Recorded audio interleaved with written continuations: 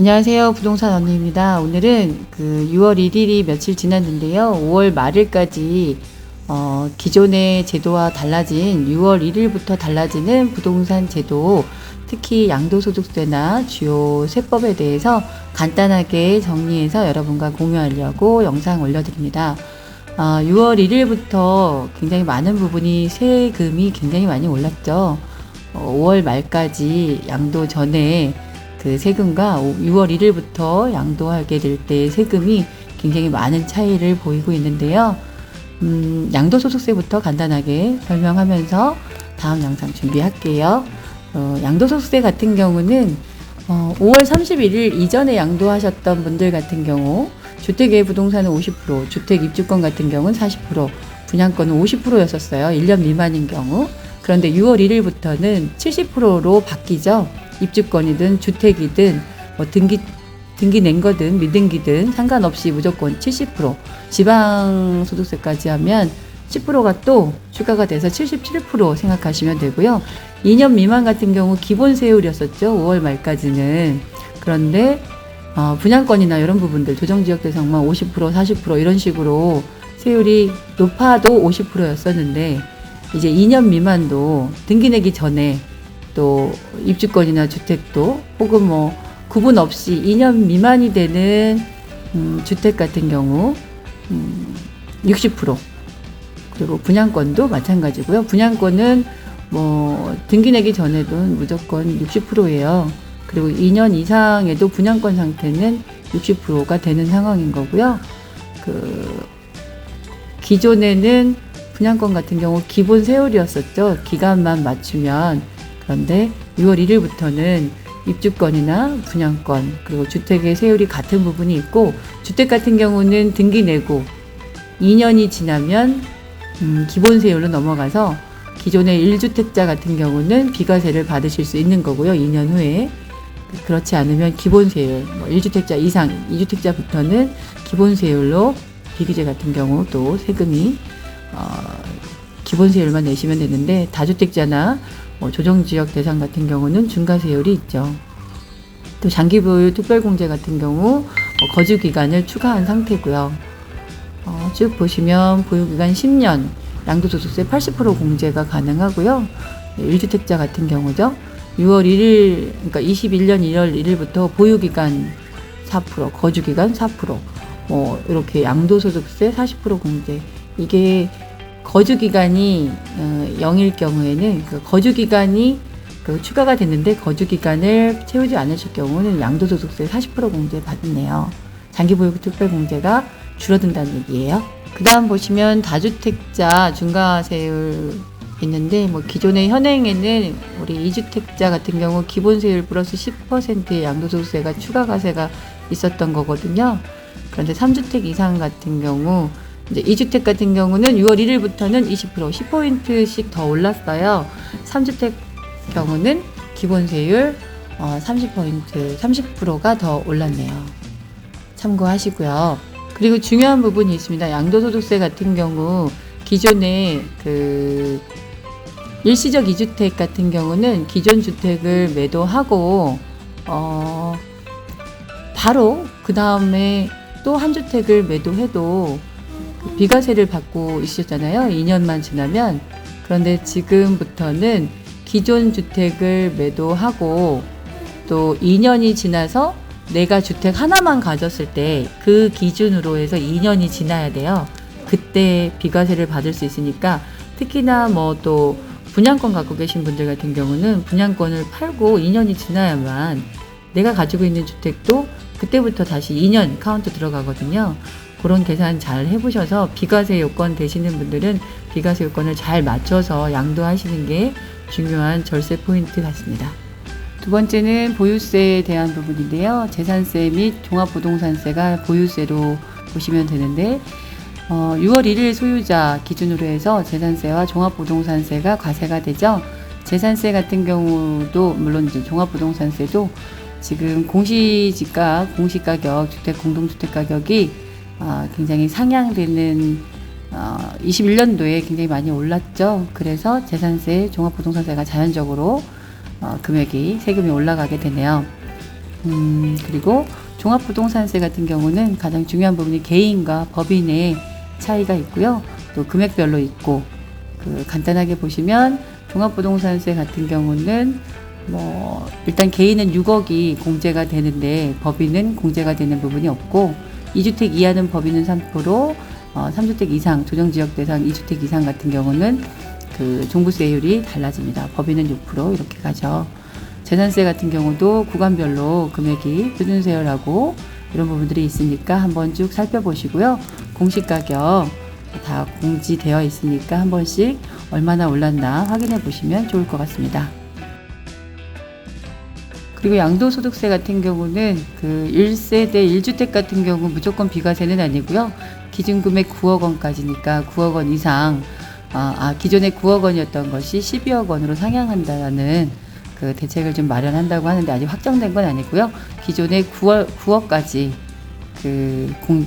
9억까지는 비과세, 9억 이상에 대한 부분은 양도소득세 내셔야 된다는 점 확인하시면 될 것 같습니다. 다음은 주택 전월세 신고제인데요.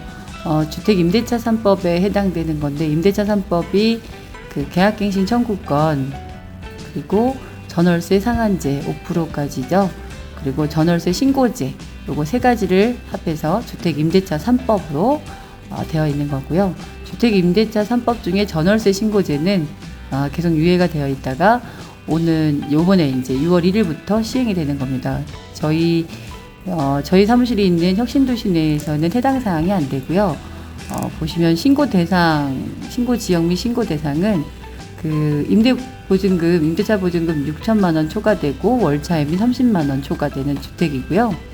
전월세 신고 대상 지역은 수도권, 서울, 경기도, 인천 전역이고요. 광역시, 세종시 및 각 도의 시지역입니다. 그러니까 군, 면, 읍단이 이런 경우는 제외되는 거라 충북 혁신도시는 제외되는 상황이라서 전월세 신고제 걱정 안 하셔도 될 것 같습니다. 신고 대상 및 신고 지역 두 가지 요건이 모두 해당이 되면 주택 임대차 신고를 해야 되는 거예요. 6월 1일부터 시작됐으니까 이 지역이 아니신 다른 타 지역 분들, 시 지역에 계신 분들은 전월세 신고 하셔야 되고요.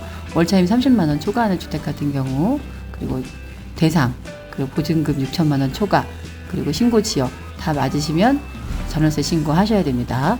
전월세 신고는 임대한 주택 관할 읍면동 주민센터를 방문해서 제출하시거나 부동산 거래관리 시스템이라는 사이트가 있습니다. 저희 공인중개사 같은 경우는 실거래 신고할 때 이쪽에 가서 신고하거든요. 부동산 거래관리 시스템의 사이트에 접속하셔서 온라인 제출도 가능하니까 직거래 하시는 분들도 계시잖아요. 부동산 없이.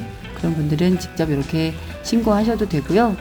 임대인 또는 임차인이 임대차 계약서 제출하고 신고 접수한 경우에 상대방에게는 문자 메시지로 접수 완료된 사실을 통보해 준다고 하니 확실하게 신고되는 거겠죠. 그리고 계약서 스캔해서 온라인 첨부하셔도 됩니다. 온라인으로. 그리고 나는 하기 싫은데 전월세 신고하지 않거나 거짓 신고하는 경우가 있을 수 있겠죠. 이런 경우는 100만 원 이하의 과태료가 부과되고요. 거짓 신고는 100만 원, 미신고 경우는 계약금의 규모에 따라서 혜택기간 이런 거 차등부가 된다고 합니다. 신경 쓰셔야 될 것 같습니다. 타 지역 분들은. 그리고 과태료 부분은 계도기간이 필요하겠죠.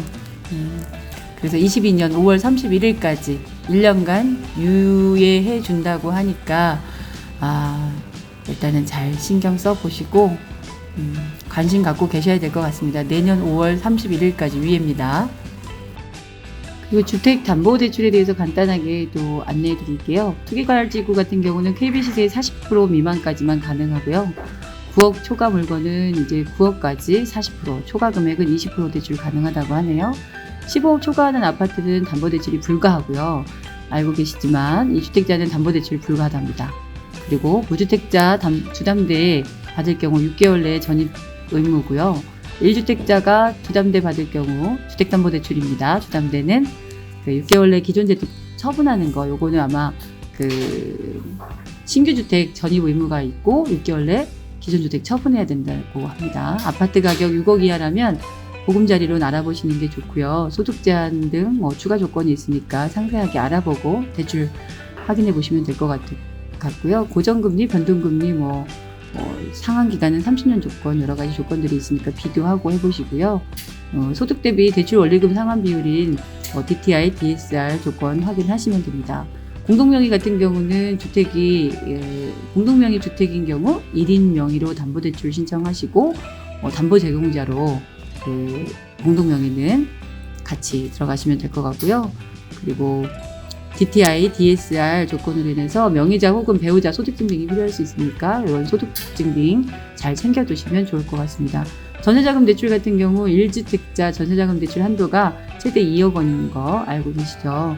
그리고 9억 초과 아파트 보유 시에는 전세자금 대출 신규가 불가하답니다. 3억 초과 아파트 구매 시 전세자금 대출 신규 불가하고요. 3억 초과 아파트 구매 시 기존 전세자금 대출 회수해야 된답니다. 그리고 20년 7월 15일 이전 전세자금 대출권은 대출 만기까지는 사용 가능하다고 하네요. 그리고 신용대출도 많이 받으시죠? 2020년 11월 30일 이후 신용대출 1억 초과로 받을 경우에는 주택구매자금으로는 사용 불가하십니다. 만약에 그거를 구매자금으로 사용할 경우는 신용대출을 바로 회수하는 조건이라고 하니까 참고하시고요. 신용대출과 담보대출을 모두 받아야 한다면 DSR 조건 미리 확인하셔서 취급 순서 잘 조율해서 받으시는 게 좋을 것 같습니다. 그리고 기타 대출 부동산 정책을 보면 대출 신청 시에 분양권은 주택수에 포함되거든요. 그러니까 주택수 확인 잘 하셔서 진행하시고요. 미계약이나 미분양, 조합원 입주권 같은 경우도 전부 포함된다고 합니다. 분양권은. 그리고 투기과열지구는 주택 구매 가격, 그러니까 주택 가격 상관없이 자금 조달 계획서 작성해야 되고 증빙도 제출이 필수라고 합니다.